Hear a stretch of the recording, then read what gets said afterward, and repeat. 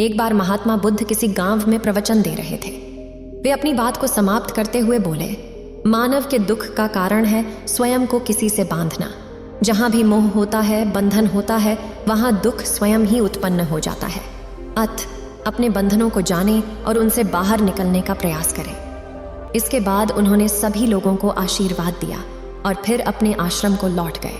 अगले दिन उनसे एक व्यक्ति मिलने आया। वह बुद्ध को दंडवत करता हुआ बोला, महात्मन, मैंने कल आपका उपदेश सुना। आपकी बातें मेरे हृदय में उतर गई हैं। मैंने अपने बंधनों को तोड़ दिया है, सारी मोह माया का त्याग कर दिया है। अब मैं आपकी शरण में आना चाहता हूँ। उस व्यक्ति की बातें सुनकर बुद्ध मुस्कुराए और धीरे से बोले, मुझे विस्तार से बताओ वत्स, तुमने कौन कौन से बंधन तोड़े और किसका मोह त्याग दिया है? वह व्यक्ति बोला, मेरे घर पर मेरे बूढ़े माता पिता और पत्नी है।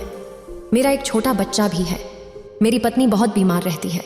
उसके कष्ट देखकर मैं अक्सर सोचता रहता था कि वह मर जाए तो उसके कष्ट दूर हो जाएं। उसकी वजह से मैं बहुत दुखी रहता हूँ। लेकिन कल जब मैंने आपका उपदेश सुना तो मेरी समझ में आ गया कि मेरे परिवार से मेरा बंधन ही मेरे दुखों का कारण है।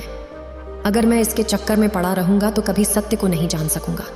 इसलिए मैं अपने घर को त्याग कर आपके पास आया हूँ। बुद्ध ने पूछा, क्या तुम सचमुच सभी बंधनों से मुक्त हो गए हो? देख लो, कहीं कोई बंधन तुम्हारे पीछे रह तो नहीं गया? वह व्यक्ति बोला, नहीं प्रभु, मैं अपने जीवन की सारी चीजों को पीछे छोड़ आया हूं और अब आगे बढ़ना चाहता हूं। बुद्ध ने कहा, अगर ऐसी बात है तो फिर ठीक है, आज तुम यहीं आश्रम में रुको। कल मैं तुम्हें बताऊंगा कि तुम्हें क्या करना है। बुद्ध ने अपने एक शिष्य की ओर इशारा किया। शिष्य ने उसे आश्रम के अतिथि कक्ष में पहुंचा दिया। वह व्यक्ति उत्सुकतापूर्वक आश्रम की गतिविधियां देखता रहा। उन्हें देखकर वह बहुत प्रसन्न हुआ और अपने सौभाग्य पर इतराता रहा। अगले दिन बुद्ध ने उस व्यक्ति को एक कार्य सौंपते हुए कहा, तुम्हें पूर्व की दिशा में जाना है। वहां पर तुम्हें एक गांव मिलेगा। गांव के बाहर ही एक साधिका का घर है। वह तुम्हें कोई वस्तु देगी। उसे लेकर तुम्हें वापस मेरे पास आना है।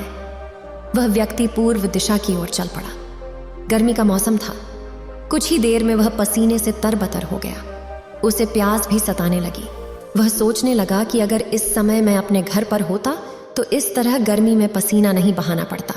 कुछ दूर और चलने पर उसे भूख भी सताने लगी, पर वह एक सुनसान और बंजर रास्ता था।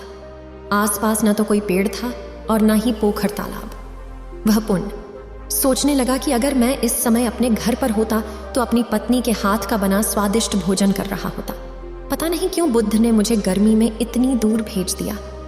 काफी देर तक चलने के बाद वह व्यक्ति गांव में जा पहुंचा। गांव के बाहर ही एक घर बना हुआ था। उसने दरवाजे के पास पहुंचकर उसे धीरे से खटखटाया। दरवाजे को एक साधिका ने खोला। उसके चेहरे पर एक अद्भुत तेज था। वह व्यक्ति उसे देखकर मंत्रमुग्ध हो गया। साधिका ने उसे अभिवादन करते हुए कहा, मैं जानती हूं कि आपको बुद्ध ने भेजा है, आप अंदर आ जाएं। वह व्यक्ति घर के अंदर चला गया। साधिका के कहने पर उसने पानी से हाथ मुंह धोया और एक चटाई पर बैठ गया। साधिका ने उसके सामने भोजन की थाली रख दी। वह जल्दी जल्दी भोजन करने लगा। अचानक उस व्यक्ति की नजर साधिका के पैरों पर पड़ी। उसके पैर बहुत सुंदर थे। वह उन्हें देखता ही रह गया। तभी साधिका ने उसका ध्यान भंग किया। वह बोली, जिस व्यक्ति को बुद्ध के चरणों में स्थान मिल जाता है फिर उसे किसी अन्य के चरणों की आवश्यकता नहीं पड़ती। साधिका की बात सुनकर वह व्यक्ति लज्जित हो गया और नजरें नीची करके चुपचाप भोजन करने लगा। भोजन करने के बाद साधिका ने कहा, आप बहुत दूर से आए हैं, थक गए होंगे, यहीं चटाई पर लेट जाएं, मैं पंखा कर दूंगी। वह व्यक्ति बहुत थका हुआ था। वह चटाई पर लेट गया और अपनी आंखें बंद कर लीं। साधिका उसे पंखा करने लगी, पर लेटने के बाद भी उस व्यक्ति को चैन नहीं आया। उसने धीरे से अपनी पलकों को खोला और चोर नजरों से साधिका को देखने लगा। वह सोचने लगा, यह स्त्री कितनी सुंदर है, इसकी वाणी कितनी मोहक है। अगर यह मेरी पत्नी होती तो मेरा जीवन स्वर्ग बन जाता। साधिका इसके मन की बात समझ गई। वह बोली, शरीर में कुछ नहीं रखा है, यह केवल मांस, मज्जा और अस्थियों का जोड़ है। जो व्यक्ति इसके आकर्षण से मुक्त हो जाता है वही सत्य को प्राप्त कर पाता है। यह सुनकर वह व्यक्ति घबरा गया। वह चटाई से उठ बैठा और बोला, अब मुझे बुद्ध के पास जाना चाहिए। कृपया आप मुझे वह सामान दे दें जिसके लिए बुद्ध ने कहा था। साधिका ने मुस्कुराकर जवाब दिया, बुद्ध ने आपको जिस कार्य के लिए भेजा था वह पूर्ण हो चुका है। साधिका की यह बात उस व्यक्ति को समझ में नहीं आई। वह दरवाजे की ओर बढ़ चला। दरवाजे के पास पहुंचकर वह एक क्षण के लिए रुका और पलटकर बोला, क्या आप अंतर्यामी हैं? आपने मेरे मन की बातें कैसे समझ ली? वह स्त्री मुस्कुराते हुए बोली, बुद्ध की कृपा से मैं मोह माया से ऊपर उठ चुकी हूँ, इसलिए भावनाओं से निर्लिप्त हूँ और किसी के चेहरे को देखकर उसके मन में उठने वाले विचारों को समझ लेती हूँ। उसकी बातें सुनकर वह व्यक्ति एक बार पुण्य लज्जित हुआ और सोचने लगा कि जिस स्त्री ने सच्चे मन से मेरा सत्कार किया, मैं उसके बारे में क्या क्या सोचता रहा। उसके बाद वह बुद्ध के आश्रम की ओर लौट पड़ा। आश्रम में पहुंचकर वह व्यक्ति बुद्ध के चरणों में गिर पड़ा और बोला, महात्मन, मुझे क्षमा कर दें, मैं बड़ा पापी हूं। उसकी बात सुनकर बुद्ध मुस्कुराए और बोले, मैंने तुम्हें साधिका के पास इसीलिए भेजा था ताकि तुम अपने आप को देख सको। अब मुझे बताओ, क्या तुम सचमुच मोह और बंधन को त्याग चुके हो? वह व्यक्ति कुछ नहीं बोला।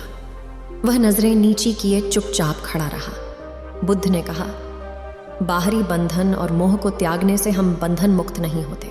दरअसल बंधन और मोह हमारे भीतर होता है। तुमने परिवार को छोड़ दिया और सोचा कि मैं बंधन मुक्त हो गया, लेकिन जैसे ही तुम्हें अवसर मिला, तुम्हारे भीतर का मोह जाग उठा और इसी वजह से आज तुम अपने आप को पापी समझ रहे हो। मुझे क्षमा कर दें प्रभु। उस व्यक्ति ने अपने हाथ जोड़ दिए। फिर वह धीरे से बोला, आप सही कह रहे हैं, मैं केवल अपनी पत्नी से पीछा छुड़ाना चाहता था। वह बहुत बीमार रहती है। 1 वर्ष से हमारे बीच संबंध भी नहीं बन पाए। मैं कुछ ज्यादा कमाता भी नहीं हूं, इसलिए मैं अपने परिवार के दायित्वों का निर्वहन भी ठीक ढंग से नहीं कर पा रहा हूं। शायद इसीलिए मैं अपने परिवार से पीछा छुड़ाना चाहता था। पर अब मैं समझ गया हूं, मेरा परिवार ही मेरा सत्य है और उसके दायित्वों का निर्वहन ही असली कर्म है। बुद्ध बोले, मैं जो कुछ भी कहता हूं वह अपने अनुभव के आधार पर कहता हूं। लोग मेरी बातों को सुनते तो हैं, पर वे अपने स्वार्थ के अनुसार ही उसका अर्थ ग्रहण करते हैं। इसीलिए मोह, माया, कामना, इच्छा, वासना, क्रोध को लोग बाहर की ओर खोजते हैं, जबकि यह हमारे भीतर ही हैं। हम दूसरों को देखकर तरह तरह की कामना करने लगते हैं। कामना से इच्छा जन्म लेती है, इच्छा से वासना पैदा होती है और वासना की पूर्ति न होने पर क्रोध उत्पन्न होता है। यह सब एक दूसरे से जुड़े हुए हैं। क्रोध के लिए हम सदैव दूसरे को जिम्मेदार ठहराते हैं, जबकि क्रोध का स्रोत हमारे भीतर है। तुम चाहोगे तो क्रोध आएगा, तुम चाहोगे तो क्रोध नहीं आएगा। दुख एक ऐसा अनुभव है जो हम सभी मानवों को किसी न किसी रूप में परिचित होता है। हमारे जीवन में जब दुख का आगमन होता है तो हम इसे अनुभव करके तंगी, उदासी और निराशा का अनुभव करते हैं। यह एक प्राकृतिक तत्व है जो जीवन के अनिवार्य हिस्से माना जाता है। लेकिन क्या हमें कभी यह सोचने पर विचार किया है कि दुख हमें कौन देता है? गौतम बुद्ध कहते हैं कि मनुष्य का दुख उसकी आस्था, आकांक्षाएं, अभिलाषाएं और उसके आवरणों से उत्पन्न होता है। अगर हम इन संबंधित तत्वों पर नियंत्रण पा लेते हैं तो हम दुख से मुक्त हो सकते हैं। हम आसानी से संतुष्ट नहीं होते और हमारी इच्छाओं की पूर्ति के लिए हमें संघर्ष करना पड़ता है। इस तरह के संघर्ष से हमारे मन में दुख की अवस्था उत्पन्न होती है। यदि हम इच्छाओं और आसक्तियों को परित्याग कर देते हैं तो हम दुख से मुक्त हो सकते हैं। गौतम बुद्ध ने अपने उपदेशों में मन के नियंत्रण, ध्यान और मेधा की महत्वता पर बल दिया। उन्होंने संसार की तृष्णा और बाह्य आकर्षणों के प्रति संयम रखने की बात की।